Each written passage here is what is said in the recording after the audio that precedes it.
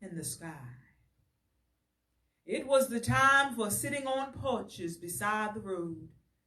It was the time to hear things and talk. These cities had been tongueless, earless, eyeless conveniences all day long. Mules and other brutes had occupied their skins, but now the sun and the boss man were gone, so the skins felt powerful and human. They became lords of sounds and lesser things. They passed nations through their mouths. They sat in judgment. Seeing the woman as she was made them remember the envy they had stored up for other times. So they chewed up the back parts of their minds and swallowed with relish. They made burning statements with questions and killing tools out of laughs. It was mass cruelty. A mood come alive. Words walking without masters, walking all together like harmony in a song. What's she doing coming back here and dim over? Can't she find no dress to put on? Where's that blue satin dress she left here in? Where all that money her husband took and died and left her? What that old 40-year-old woman doing with her hair swinging down her back like some young gal? Where she left that young lad of a boy she went off here with? Thought she was going to marry. Where he left her? What he done with all? Betcha he off with some so young she ain't even got no hairs. Why don't she stay in her class? When she got to where they were, she turned her face on the bandalog and they scrambled a noisy good evening and left their mouths open and their ears full of hope.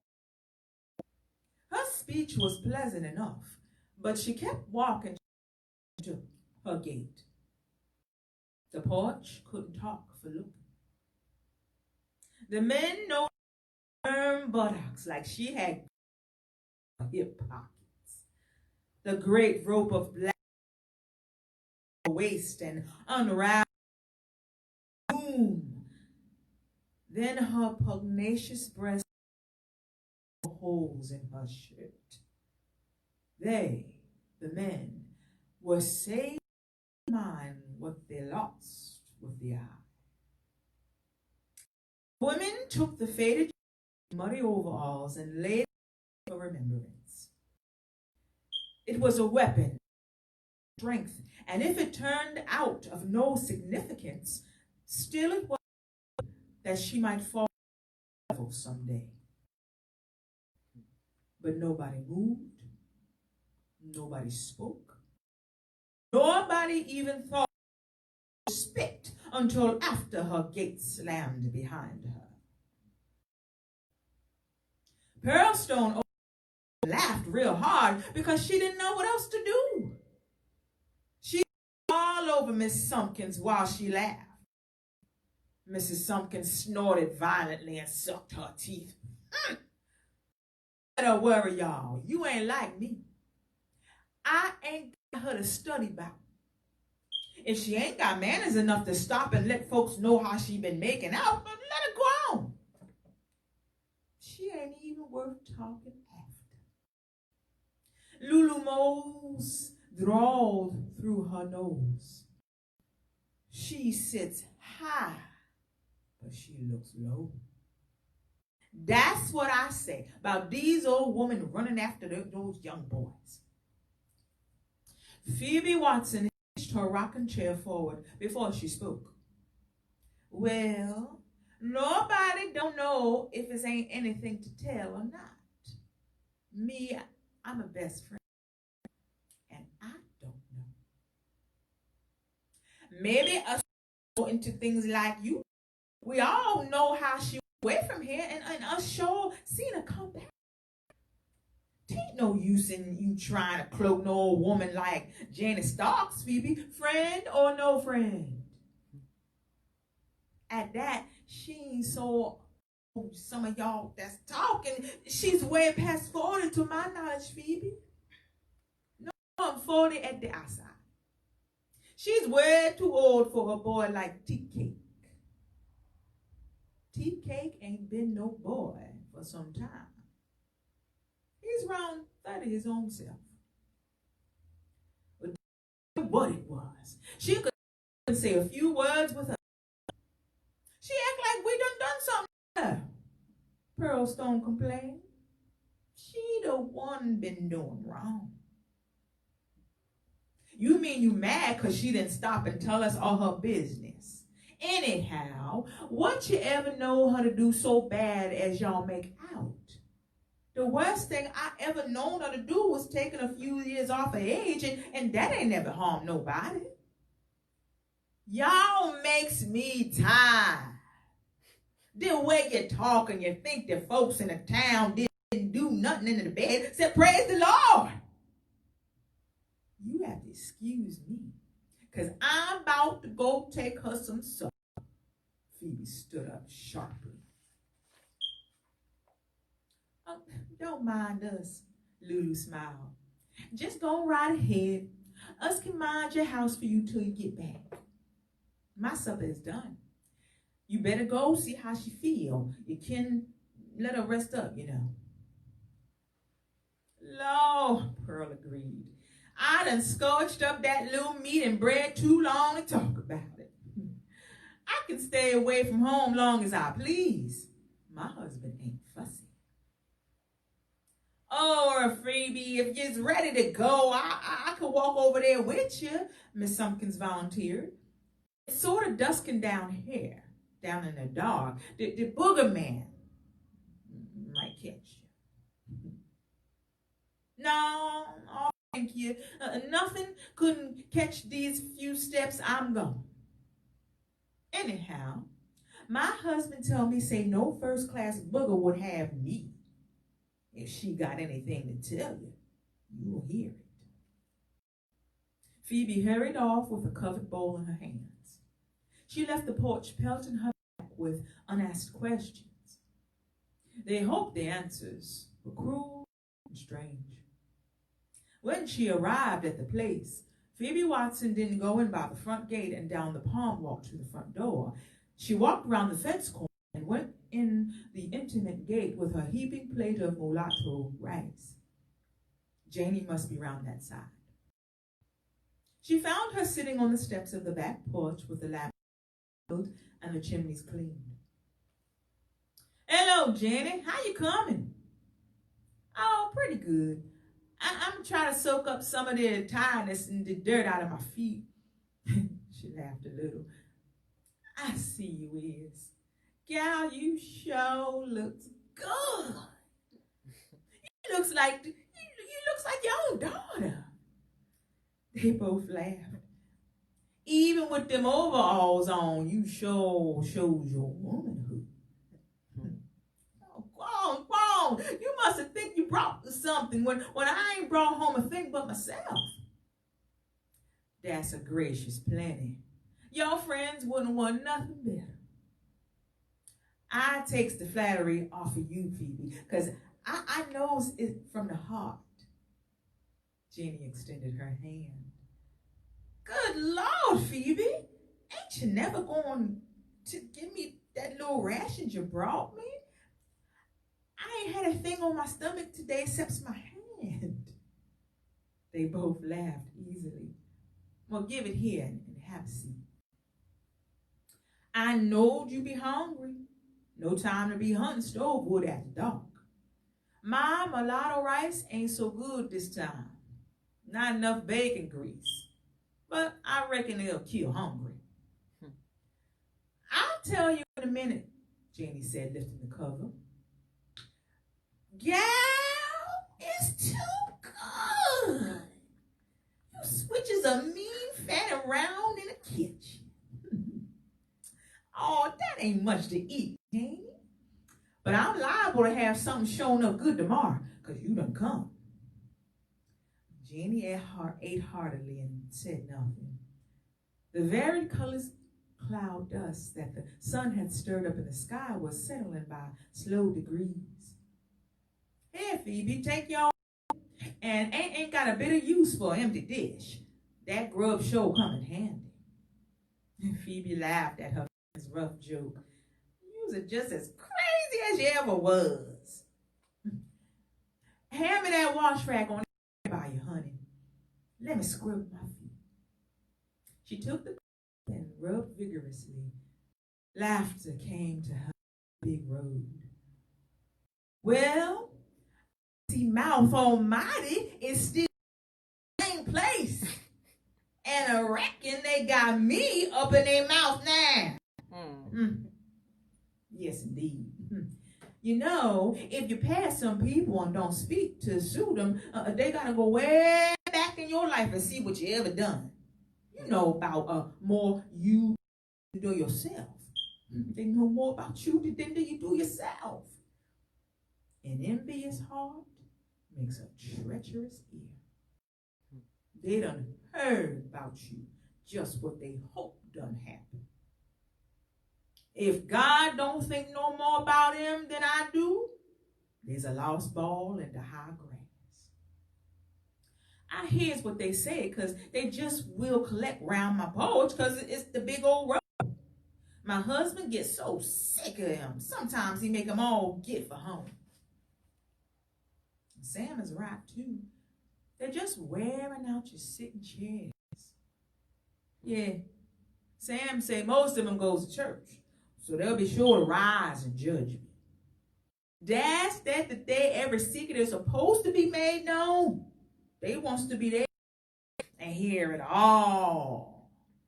Oh, Sam's too crazy. You can't laugh him when you's around him. He says he aims to be there himself so he can find out who stole his corncob pipe. Phoebe, that Sam of yours just won't wait. Crazy thing. Most of these zigaboos is so high up over here business, so they liable to hurry themselves to judgment to find out about you if they don't know soon. You better make haste and tell them about you and T-Cake getting married. And if he taking all your money and went off with some girl, and where at he is now, and where at is all your clothes that you got to come back here in overalls. I don't mean to bother with telling him nothing, Phoebe. Tain't worth the trouble. You can tell him what I say if you wants to. That's just the same as me, because my tongue is in my friend's mouth. If you so desire, I'll tell him what you want me to tell. Well, to start off with, people like them waste up too much time putting their mouth on things they don't know nothing about. Now they gotta look into me loving Tea-Cake and see if it was done right or not. They don't know if life is a mess of cornmeal dumplings and if love is a bed quilt. So as long as they get a name to gnaw on, they don't care whose it is and what it's about, especially if they can make it sound like evil. If they wants to see and know why they don't come kiss and be kissed, and could then sit down and tell them things. See, I've been a delegate to the big association of life. Yes, sir. The Grand Lodge, the big convention of living is just where I've been this year and a half, and y'all seen me. Well, they sat there in a fresh young darkness, close together.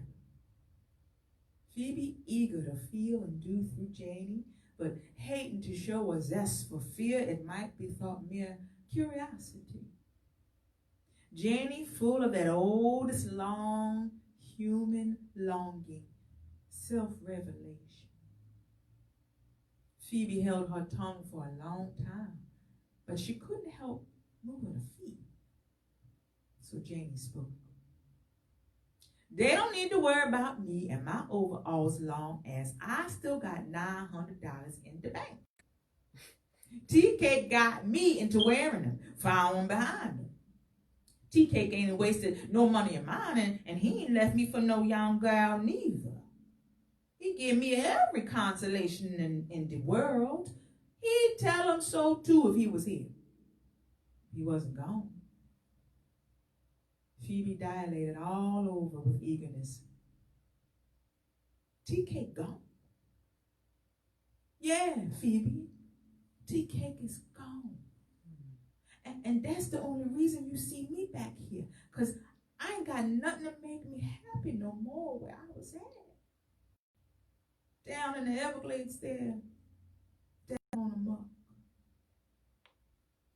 It's hard for me to understand what you mean the way you tell it. And then again, I'm a hard of understanding at times. No, it ain't nothing like you think. Ain't no use in me telling you something unless I give you some understanding to go along with it. Unless you see that for a mink skin ain't no different from a coon hide. Look at here. Phoebe is Sam waiting on you for his supper. It's already in waiting. If he ain't got sense enough to eat it, then that's his hard luck. Well then, we can sit right where he is and talk. I got the house all opened up to let this breeze get a little catch. Phoebe, we've been kissing friends for 20 years, so I depend on you for a good thought. And I'm talking to you from that standpoint. Time makes everything old, so as the kissing young darkness became a monstrous plus old thing while Jamie talked.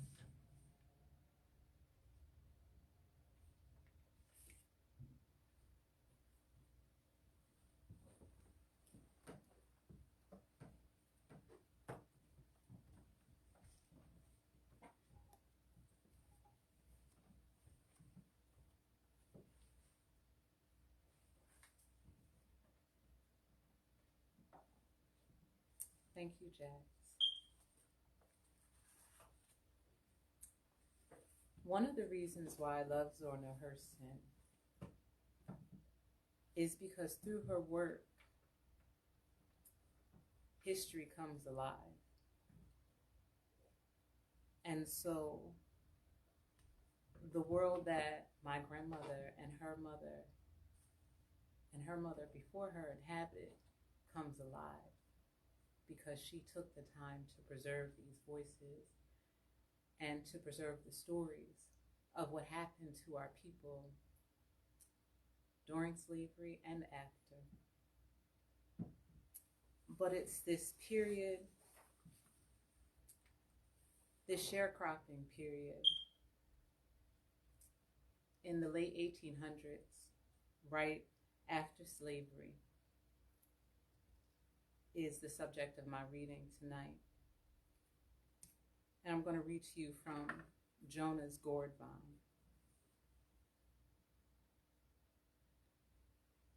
Take this hammer, carry it to the captain.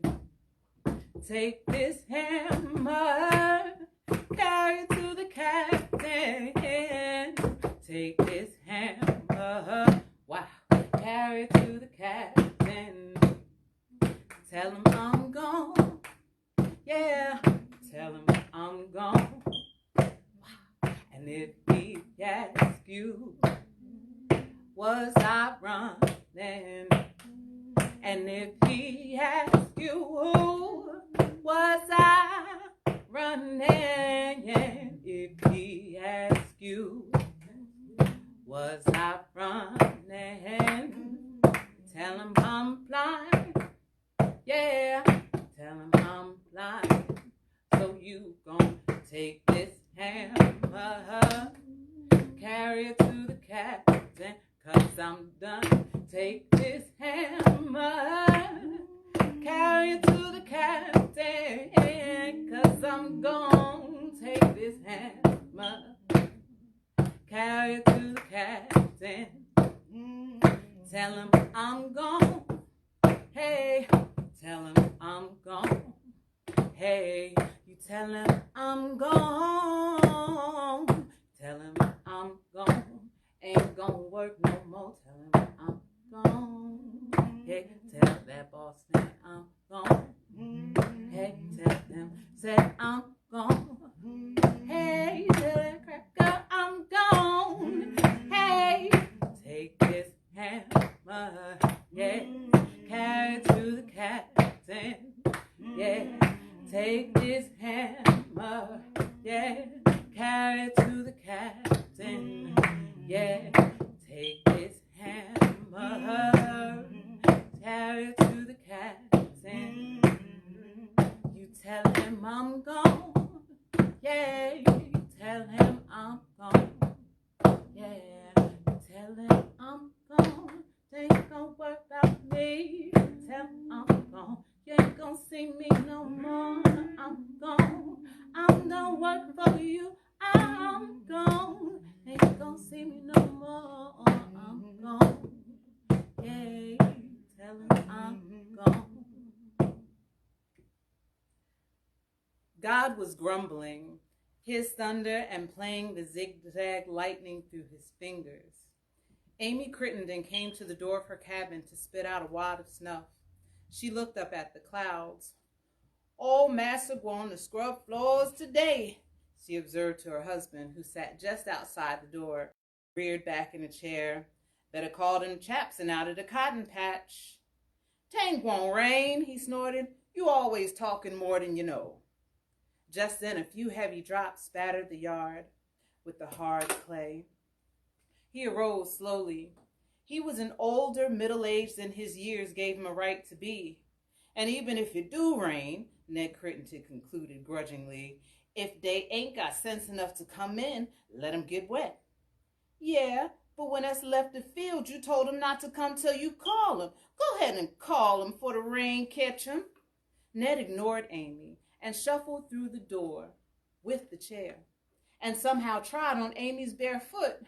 "Omen, why don't you get out the doorway? Just contrary to that, you needs a good head stomping, that's what. You sure is one aggravating Omen." Amy flashed an angry look, then turned her face again to the sea of wind-whipped cotton, turned hurriedly and took the cow horn that hung on the wall and placed it to her lips. "You John Buddy? You Zeke? You Zachariah? Come in." From way down in the cotton patch, "Yes'm, us coming." Ned shuffled from one end of the cabin to the other, slamming to the wooden shutter of the window, growling between his gums and his throat the while. The children came leaping in, racing and tumbling in tense, laughing competition, the three smaller ones getting under the feet of the three larger ones. The oldest boy led the rest, but once inside he stopped short and looked over the heads of the others, back over the way they had come. "Shut that door, John," Ned bellowed. "You ain't got the sense you was born with." Amy looked where her big son was looking. "Who that coming here, John?" she asked. "Some white folks passing by, Mama. I'm just looking to see where they going."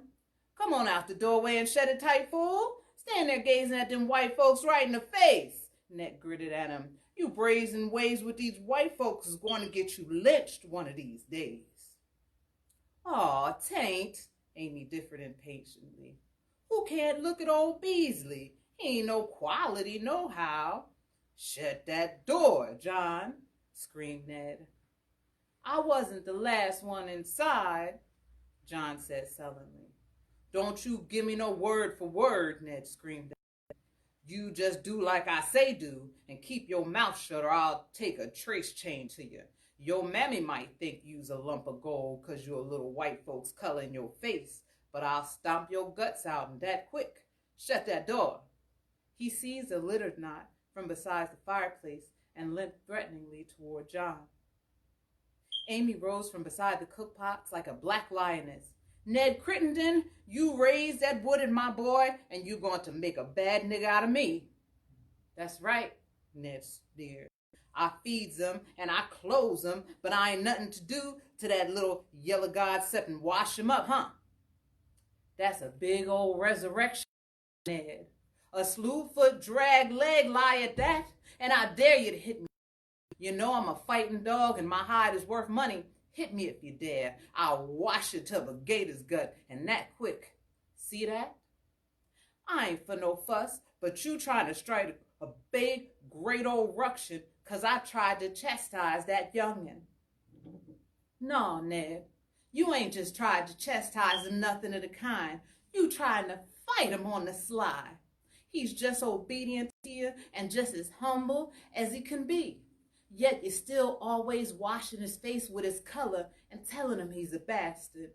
He works harder than anybody on this place. You ain't giving him nothing more than he makes what he gets. I don't mind what he needs chastising and you give it to him, but anytime you tries to knock any of his children out the head with sticks and rocks, I'll be right there back to falling. I'm they mama. And I'm they pappy, all but one of them. You knowed I had him for you married me. And if you didn't want him around, what you married me for? That ain't what you said then. You washed him up just like he was gold then. You just took the buck of him since you've been hanging around such as Beasley and Mims. Ned sat down by the crude fireplace where the skillets and spidered, long-legged bread pans with iron cover sprawled in the ashes. Stack a light there. Some of y'all chaps, it's dark in here, Ned said. John obediently thrust a piece of light wood into the embers and the fire blazed. He retreated as quickly as possible to the other end of the cabin.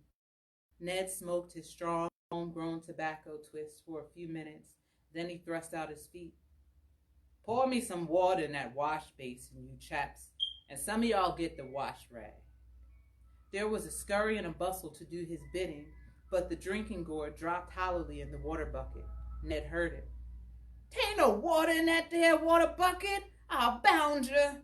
He accused the room and glowered all about him.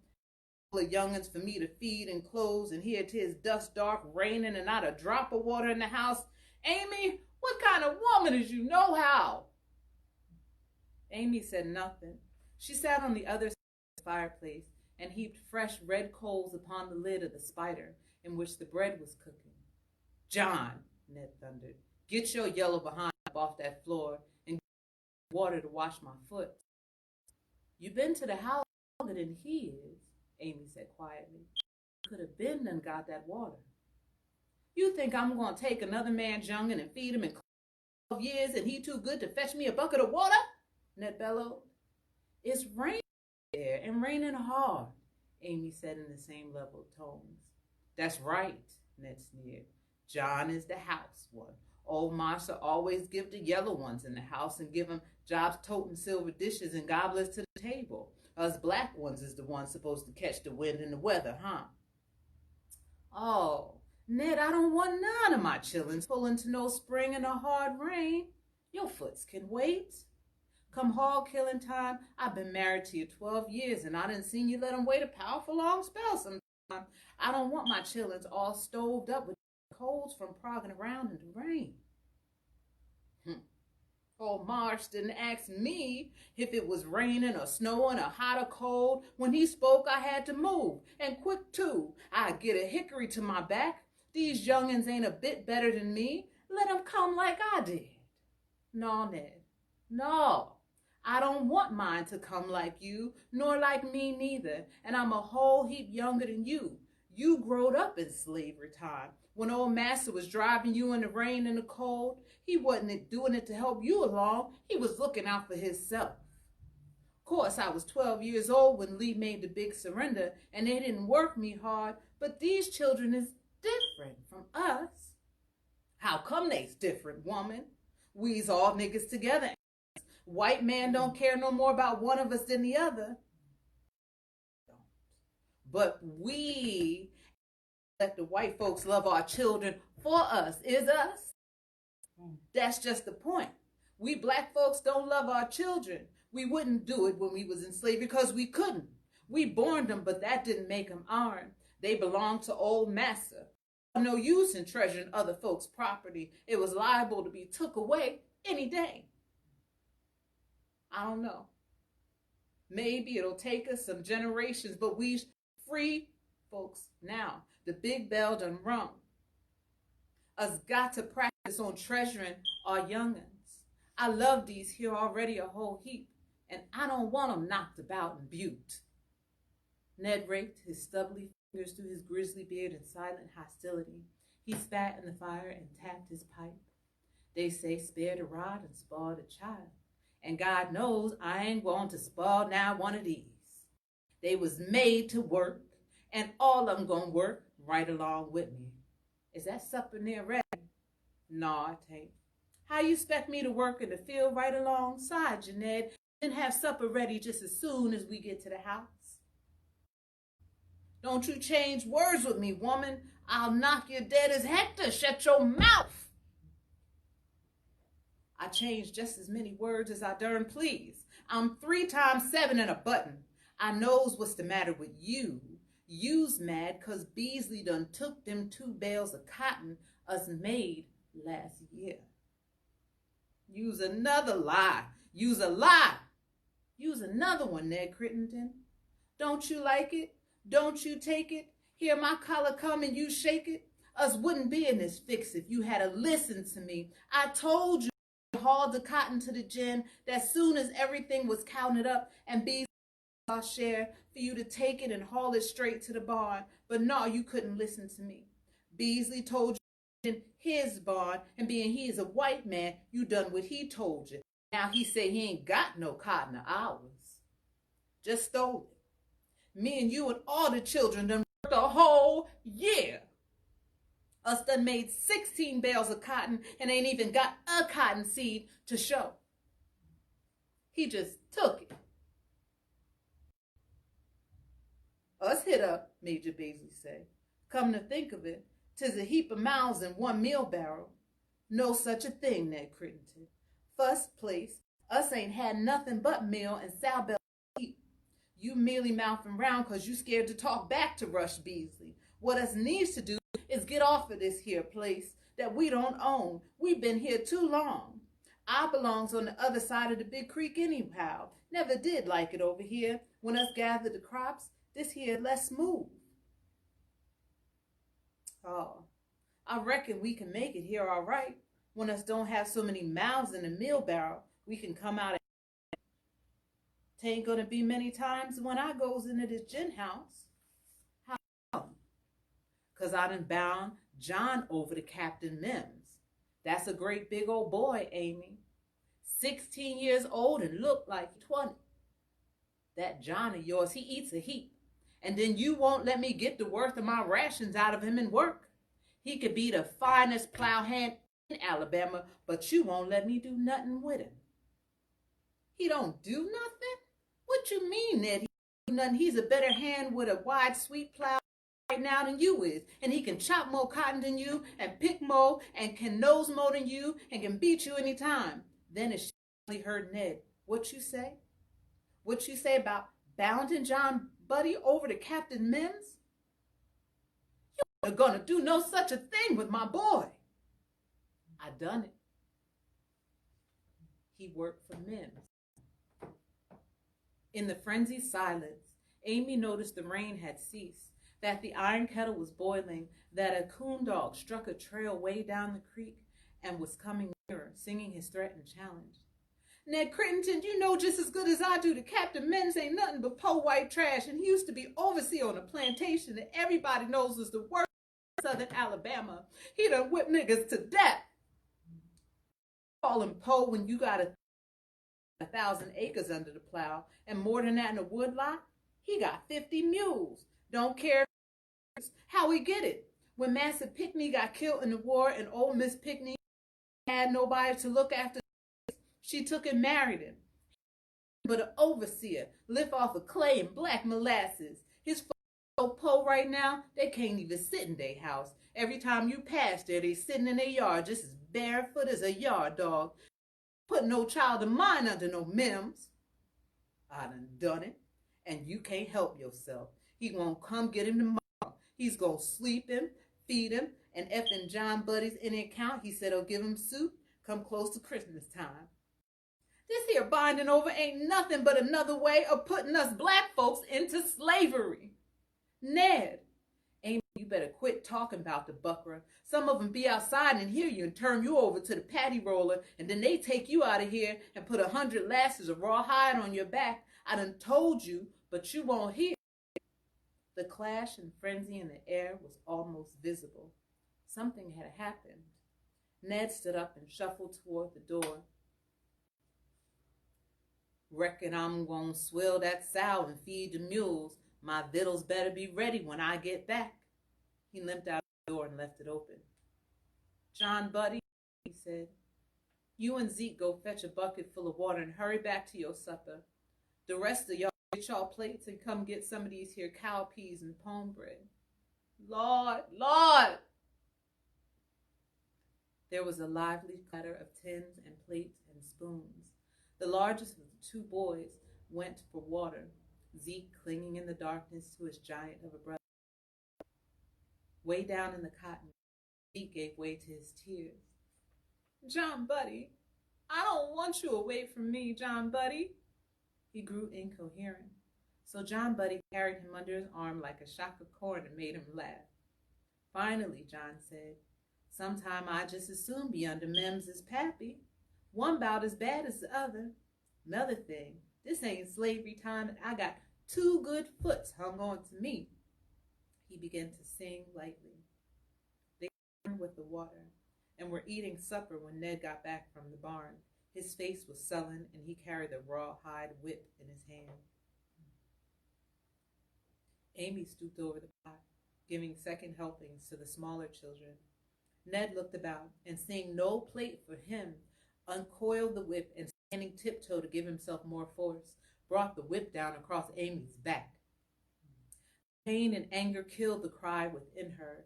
She wheeled to fight the rawhide again, this time across her head. She charged him with a stick of wood. The fight was on. This happened many times before. Amy's strength was almost as great as Ned's, and she had youth and agility with her. Forced back to the wall by her tiger's onslaught, Ned saw that victory for him was possible only by choking her. The children screamed in terror. Help Mama, John, buddy, Zeke screamed. John's fist shot out, and Ned slid down the wall as if both his legs and insides were away. Ned looked scarcely human on the floor, almost like an alligator in jeans. His drooling blue lips and snaggled teeth were yellow by tobacco. I expect you done killed your pappy, John. You mean to, and he ain't had no business hitting you with the raw hide and neither choking me. Jesus, Jesus. He ain't dead, Mama. I see him breathing, Zachariah said. John Buddy's show is strong. I bet he can whip everybody in nostalgia. Ned got up limpingly. He looked around and sat upon the bed. Amy, I'm telling you, get that pumpkin-colored basket out of this house. He don't belong with us nohow. He ain't the onlyest yellow child in the world. We's a mingled people. Ned limped to the fireplace, and Amy piled his plate with cornbread and peas. Get that half-white young'un of yours out of here, Amy. I done took him since he was 3 years old and done for him when he couldn't do for himself, and he done raised his hand to me. This house can't hold both of us here. Yellow niggas ain't good nohow. Oh, yes, they is, Amy defended hotly. Mine is good as anybody else. You just started to talk that fool since you've been hanging around old Mims. Monkey see, monkey do. Well, it's the truth. These white folks ought to know, and they say that these half-white ones got the worst part of both white and the black folks. They ain't got no call to say that, Amy said. It's more yellow folks on the chain gang than blacks. No. Is they harder to learn? No. Do they work and have things like other folks? Yes. No. These poor white folks say that because they jealous. How come? Because old man got the yellow ones toting his silver cup and eating Berkshire hog ham out of his kitchen when po white trash scrambling around in the piney woods hunting up a razorback. The yellow ones sat drive in the carriage, and the po white ones got to step out on the road and leave him pass by. And the po white man's got daughters that never even been smelling kitchen at the big house.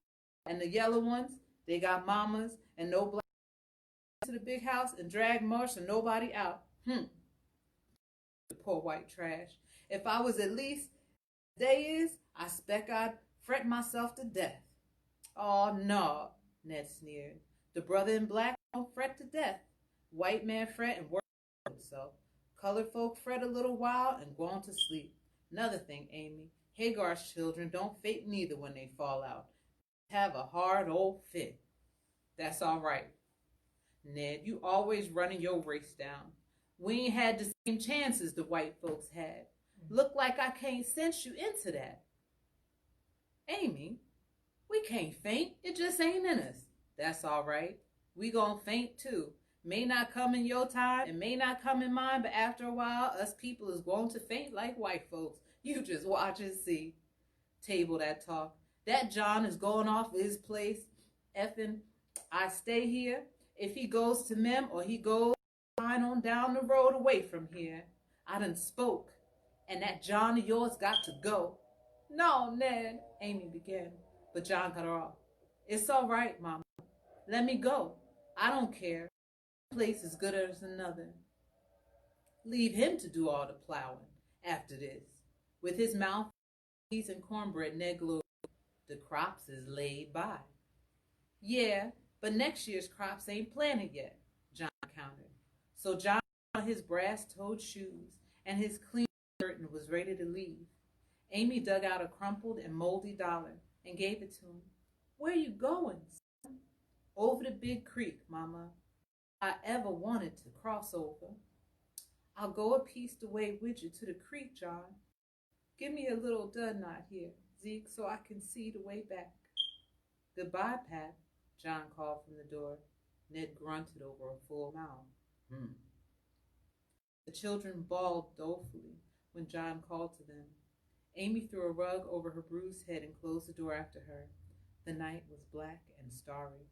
John, you was born over the creek. You was telling me that one day, Mama, I remember. They knows me well over there. Maybe I can point you where some work is. Yes'm, I wants to make money so I can comes back and get you, Mama. Don't you take me to heart. I can strain with Ned. I just been worried about you and him. You's a big boy now, and you won't take off after him and swallow all his filth like you been doing here of late. I can see that in your face. You slow, but with him like he do now, it takes a God to tell what gonna happen in that house. He didn't used to buke you like that, but his old mammy and that old cockeyed sister of his done put him up to that. He used to be crazy about it. Remember that big old watch chain for you to wear to the big meeting? They make like he love you better than he do the rest. So he trying to side with them and show that he don't love you more just because of your color. I'm kind of glad for you to be away from Rahnda. Master Alf, and he got a big plantation. He know me too. Go in nostalgia and ask for him. Tell him whose boy you is, and maybe he might put you to work. And if he do, son, you scuffle hard, so you'll work and you can make something of yourself. Go on, son, and be careful of that footlog across the creek. The Songahetchee water is strong, and look out underfoot, so you's got not get bit by a snake. I done swim that old creek, Mama. Thought you knowin'. I knowed you tell me not to swim it, though. That's how comes I worry about you. You all running and ripping and climbing trees and rocks and jumping and flinging rocks and creeks and such like. Promise me you're gonna quit that. Yes, sir. And come to see me when you can, son? Yes, sir. Goodbye. Amy was going back up the rocky path through the blooming cotton, across the barren, hard clay yard. For a minute she had felt free and flighty down there. She stood in the open with her tall, baby son. Now the welts on her face and body hurt her, and the world was heavy. John plunged on down to the creek, singing a new song and stopping the beats. The big creek thundered among its rocks and whirled on down. John sat on a footlog and made some words to go with the drums of the creek. Things walked in the birch woods, creep, creep, creep, and the hound's lyrics crescendoed over and above the big treetops. He was on the footlog, halfway across the big creek, where maybe people laughed, maybe people had lots of daughters, and the moon came up, and the hunted coon panted down to the creek, swam across, and proceeded leisurely to the other side. The tenor singing hound dog went home. Night passed. No more Ned, no more hurry. No telling how many girls might be living in the new and shiny side of the big creek. John almost trumpeted exultantly at the new sun. He breathed. He stripped and carried his clothes across, then recrossed and plunged into the swift water and breasted strongly over and was gone. Take this hammer, carry it to the captain. Take this hammer, carry it to the captain. Yeah, I'm free. Hammer, tear it to the captain. Yeah, tell him I'm gone. See you. Tell him I'm gone. Hey, tell him I'm gone. See you later, y'all. Tell her I'm gone.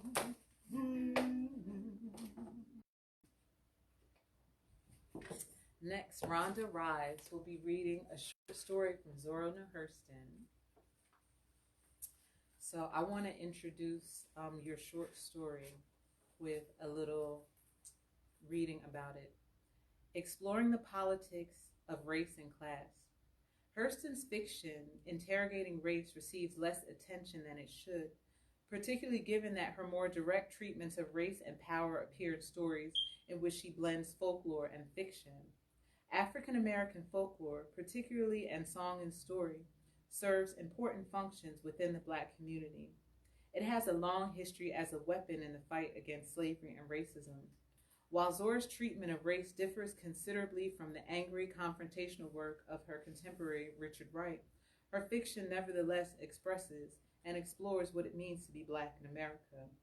Her decision to write about Black communities with white characters appearing only on the fringes, if at all, is a political choice, one that marginalizes whites and puts African Americans at the center and affirms that Black folk are worthy of stories.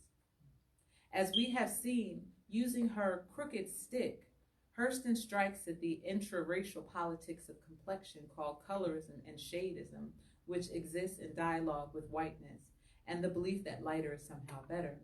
Likewise, her fiction resists new Negro attempts to rehabilitate the image of Blacks in the eyes of the whites by shunning folk culture as backward, ignorant, or undesirable. These are intentional treatments of race that Wright and his contemporaries overlooked. But Hurston also wrote stories that address race more directly. She turned to folklore to do so. The neglected story Black Death apparently never appeared in print in Hurston's lifetime.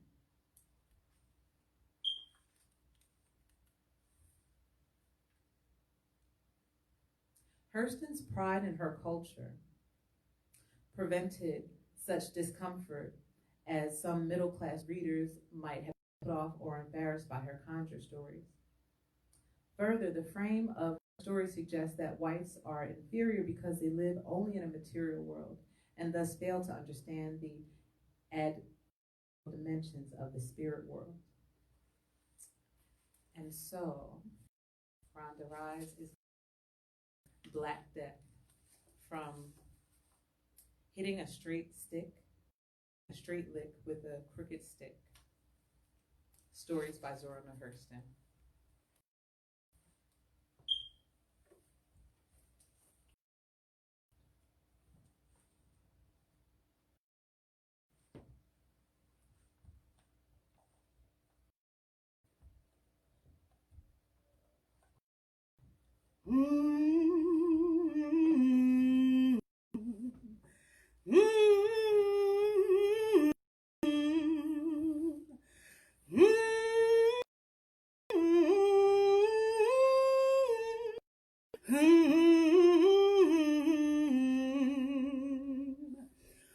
Once I lived the life of a millionaire, spent money I didn't care.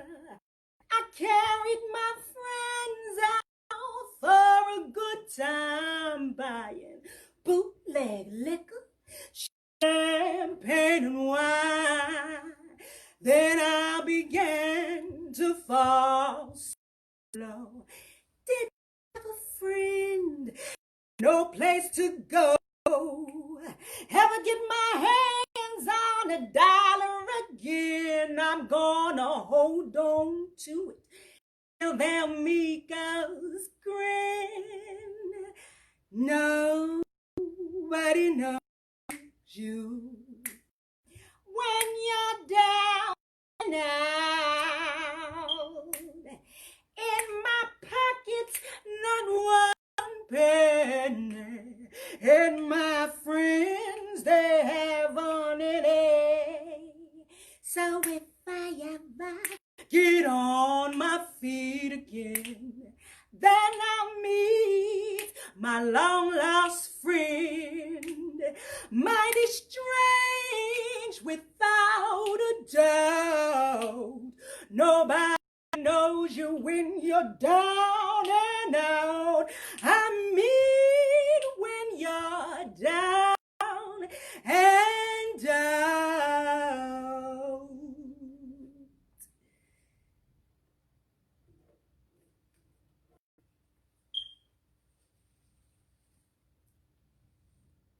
We Negroes in Eatonville know a number of things that the hustling, bustling white man never dreams of. He is a materialist with little care for overtones.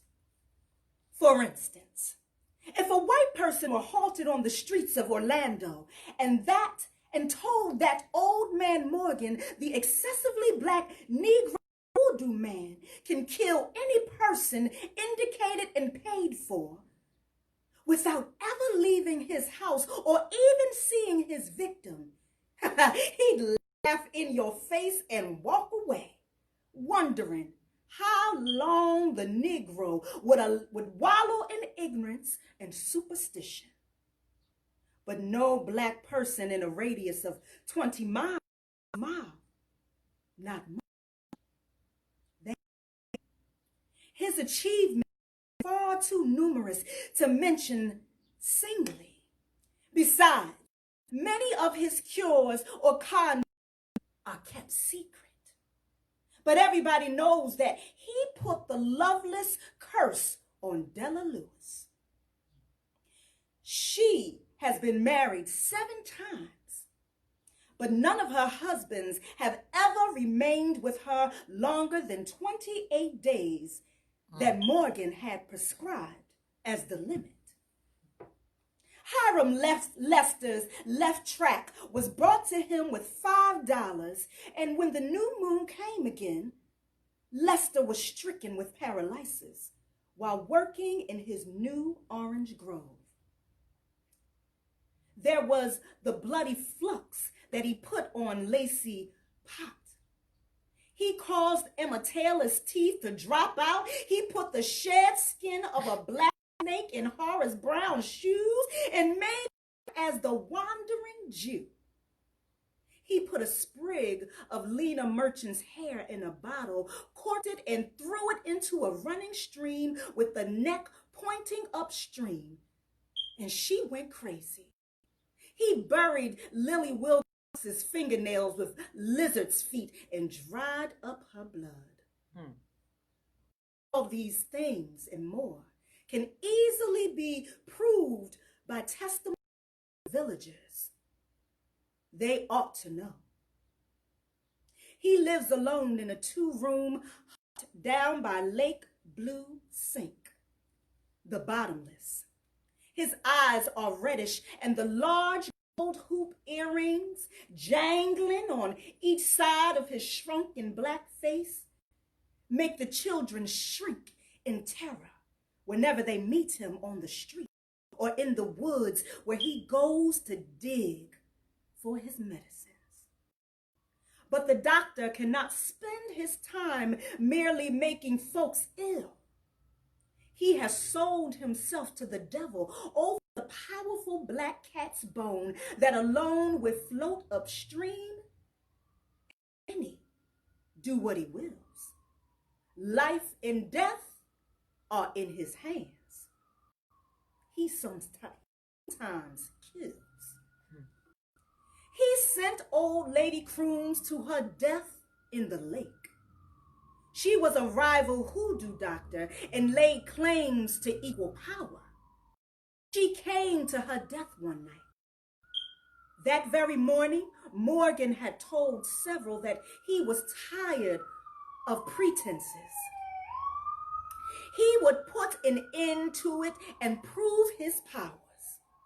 That very afternoon, near sundown, she went down to the lake to fish, telling her daughter, however, that she did not wish to go. Something seemed to be forcing her. About dusk, someone heard her scream to the lake. She had fallen in and drowned. The white coroner from Orlando said she met her death by falling into the water during an epileptic fit. But the villagers knew. White folks are very stupid about things.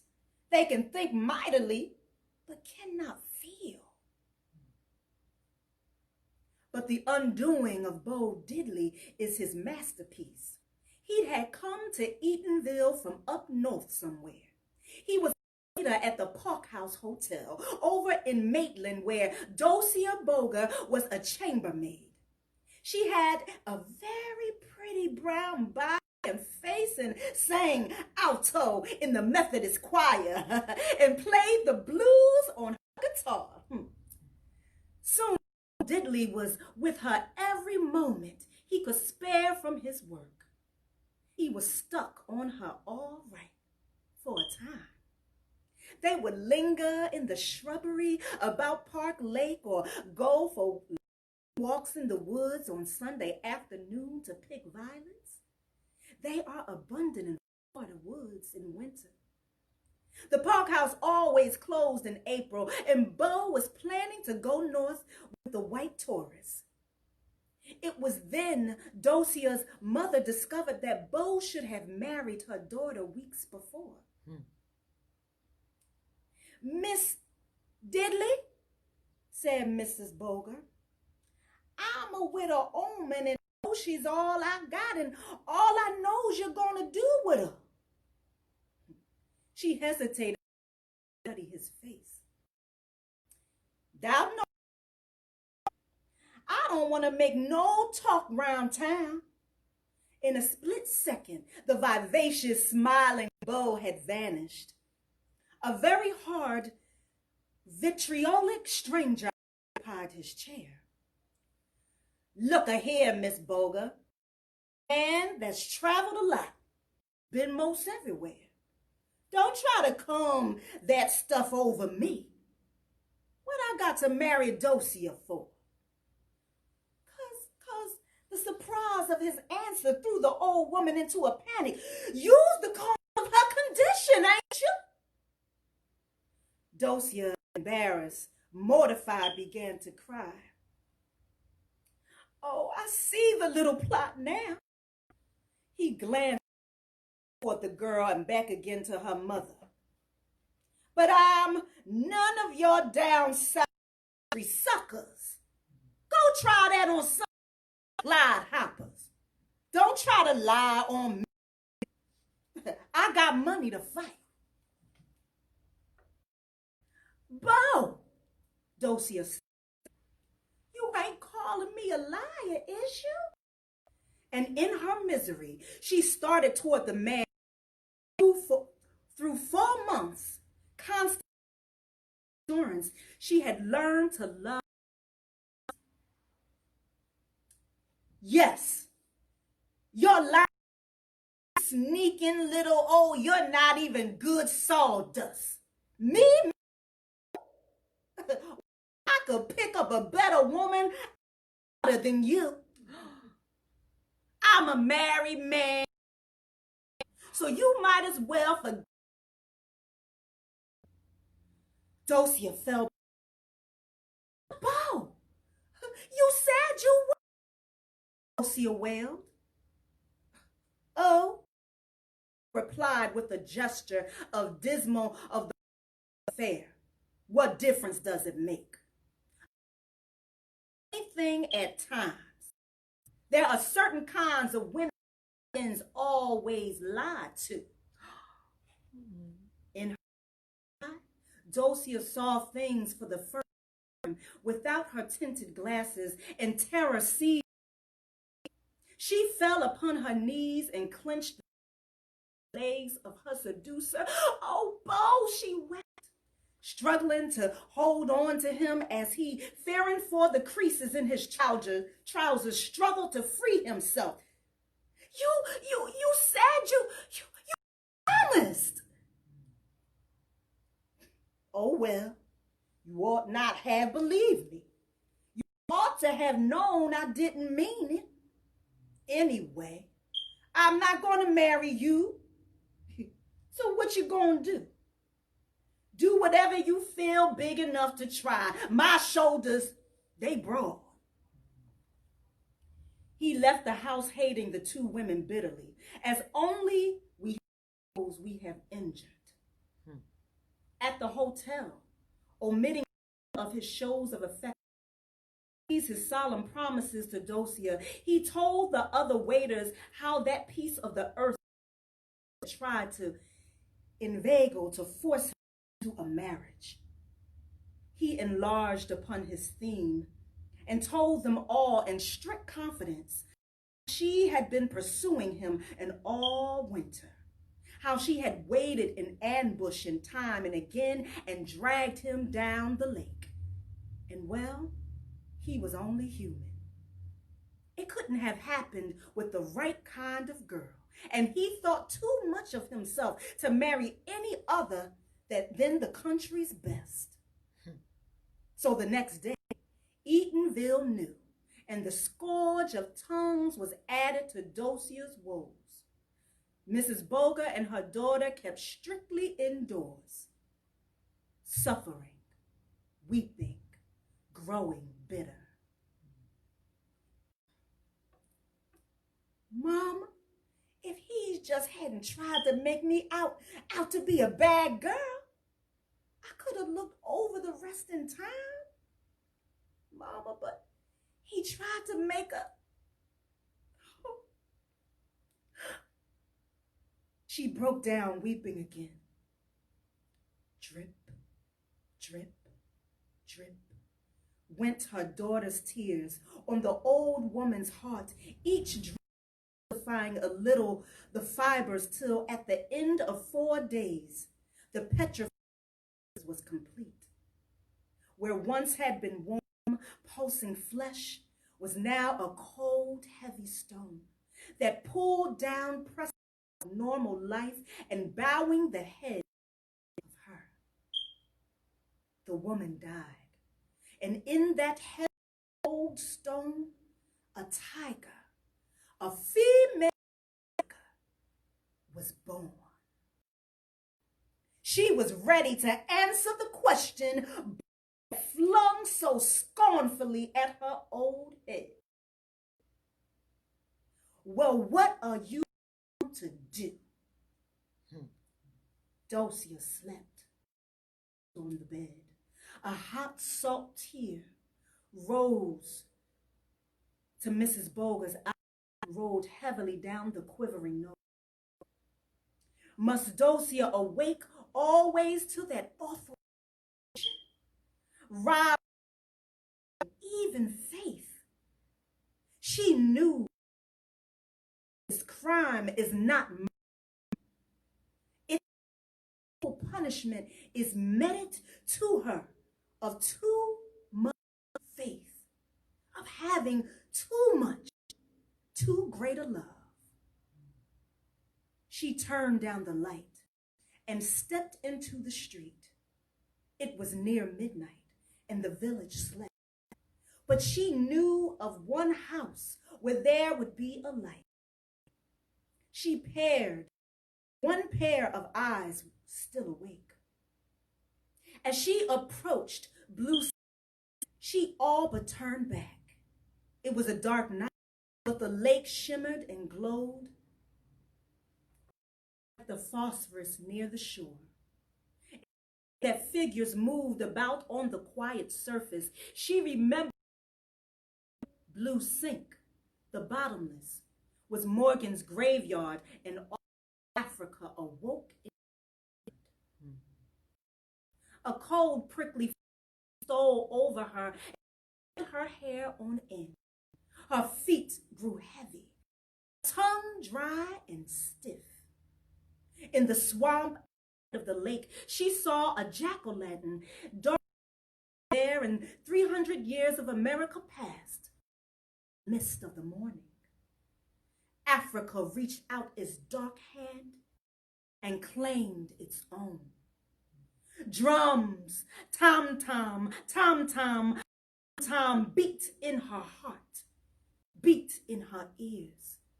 Strange demons seized her. Witch doctors danced before her, laid hands upon her, alternately freezing, burning her flesh, until she found herself within the house of Morgan. She was not permitted to tell her story.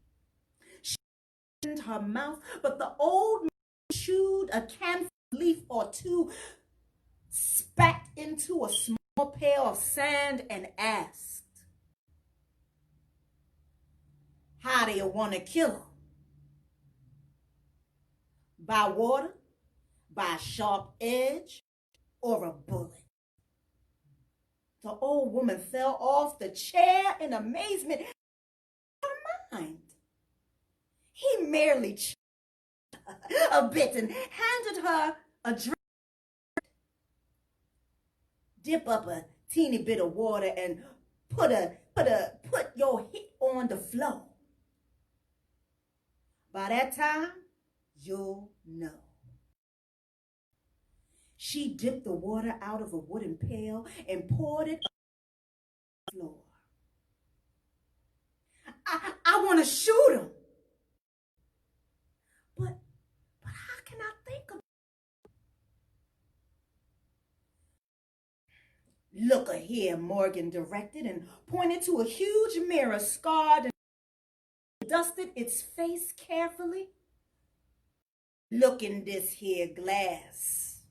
Thou turn it. And when he comes, you shoot to kill. Take a good aim." Both faced about and gazed hard into the mirror that reached from the floor to the ceiling, to spit into the sand. The mirror grew misty, darker, near the center.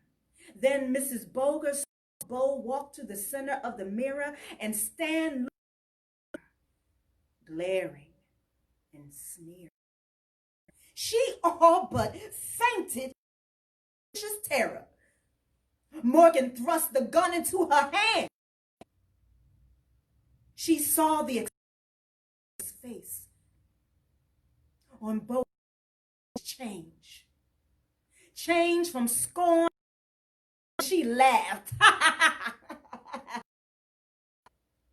"Take a good aim, Morgan. You can't shoot but once."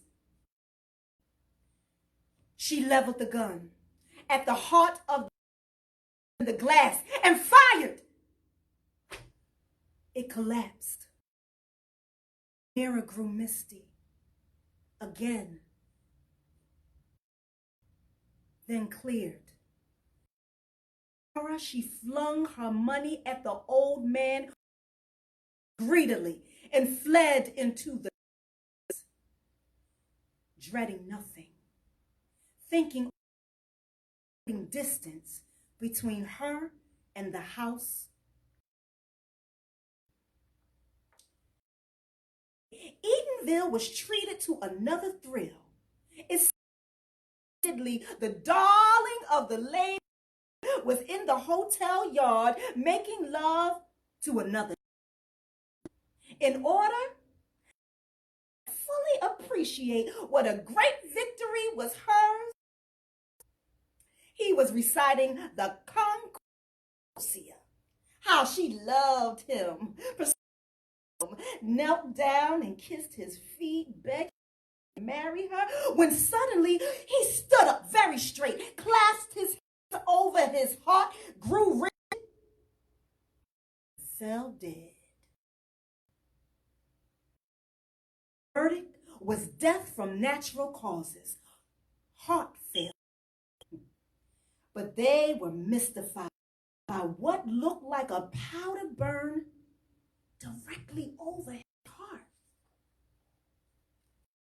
Negroes knew instantly when they that mark, but everyone that he got justice. Boga and Dosia moved to Jacksonville. She married well. And the white and would have laughed if anyone ever told them. At all. Wade in the water, wade in the water, then wade in the water. God's gonna trouble. God's gonna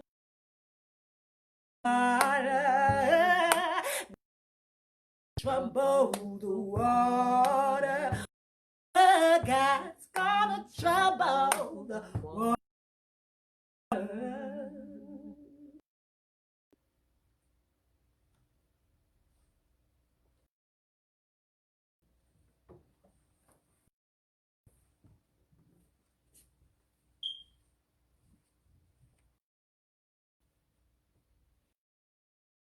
Thank you so much for being here with time and letting us read to you, Black community, just to remind you that not just for children, we are an oral to sing, we love to speak our literature. Anytime that I have the opportunity to shout out to my folks, I am so appreciative of your and your attention and energy.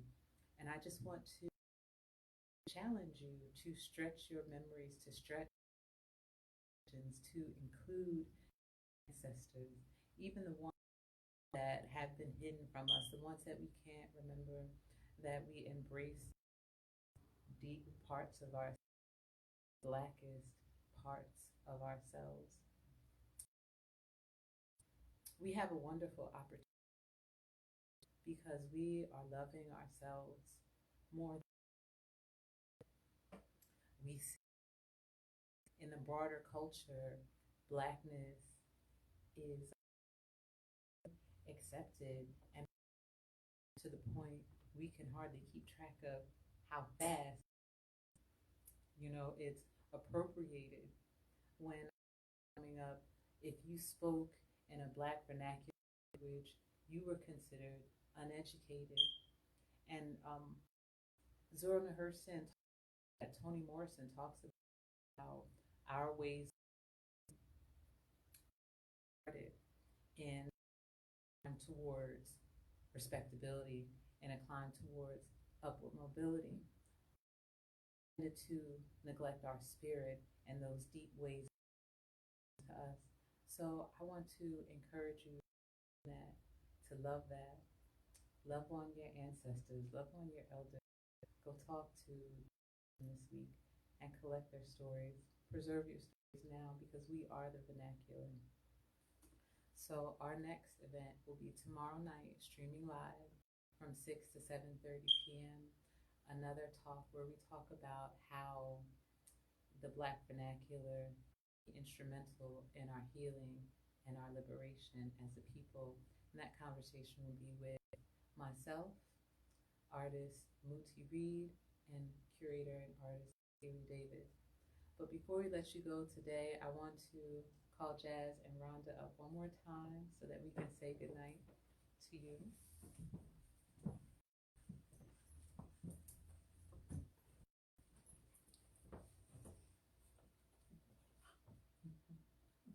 Love these ladies. Pray to keep us, ancestors guide us. Until next time, thank you. Take this hand, guide you, Captain.